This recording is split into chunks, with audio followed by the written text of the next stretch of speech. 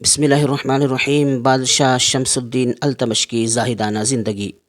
جب حضرت قطب الدین بختیار کاکی رحمۃ اللہ علیہ کی وفات ہوئی تو کوہرام مچ گیا۔ جنازہ تیار ہوا، ایک بڑے میدان میں جنازہ پڑھنے کے لیے لایا گیا۔ مخلوق مور و مگس کی طرح جنازہ پڑھنے کے لیے نکل پڑی تھی۔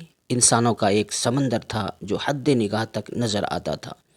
یوں معلوم ہوتا تھا کہ ایک بپرے ہوئے دریا کے مانند یہ مجمع ہے۔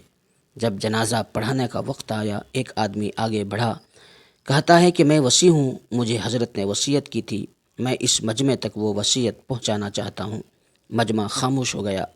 وصیت کی تھی خواجہ قطب الدین بختیار کاکی رحمۃ اللہ علیہ نے۔ یہ وصیت کی کہ میرا جنازہ وہ شخص پڑھائے جس کے اندر 4 خوبیاں ہوں۔ پہلی خوبی یہ ہے کہ زندگی میں اس کی تکبیر اولیٰ کبھی قضا نہ ہوئی ہو، اور دوسری شرط اس کی تہجد کی نماز کبھی قضا نہ ہوئی ہو۔ تیسری بات یہ ہے کہ اس نے غیر محرم پر کبھی بھی بری نظر نہ ڈالی ہو۔ چوتھی بات یہ ہے کہ اتنا عبادت گزار ہو حتیٰ کہ اس نے عصر کی سنتیں بھی کبھی نہ چھوڑی ہوں۔ جس شخص میں یہ 4 خوبیاں ہوں وہ میرا جنازہ پڑھائے۔ جب یہ بات کی گئی تو مجمع کو سانپ سونگھ گیا، سناٹا چھا گیا، لوگوں کے سر جھک گئے۔ کون ہے جو قدم آگے بڑھائے؟ کافی دیر ہو گئی حتیٰ کہ ایک شخص روتا ہوا آگے بڑھا، حضرت قطب الدین بختیار کاکی رحمۃ اللہ علیہ کے جنازے کے قریب آیا، جنازے سے چادر ہٹائی اور کہا، قطب الدین، آپ خود تو فوت ہو گئے، مجھے رسوا کر دیا۔ اس کے بعد بھرے مجمع کے سامنے اللہ کو حاضر و ناظر جان کر قسم اٹھائی، میرے اندر یہ 4 خوبیاں موجود ہیں۔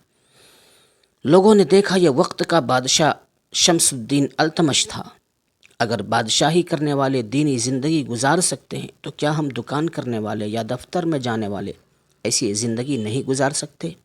دل میں اگر خوف خدا ہو تو سب آسان ہے، ورنہ تو نہ کرنے کے ہزاروں بہانے ہیں جس کا کوئی علاج نہیں۔ اللہ رب العزت ہمیں نیکی کرنے کی توفیق عطا فرمائے، آمین۔ محترم سامعین، جو لوگ نئے ہیں چینل پر، اس چینل کو سبسکرائب کریں، شیئر کریں۔ آپ لوگوں کو جیسے معلوم ہے کہ اس چینل کے اوپر صرف سبق آموز واقعات و حکایات اور دینی باتیں ہی اپلوڈ کی جاتی ہیں۔ اللہ تعالیٰ آپ لوگوں کو جزائے خیر عطا فرمائے، آمین یا رب العالمین۔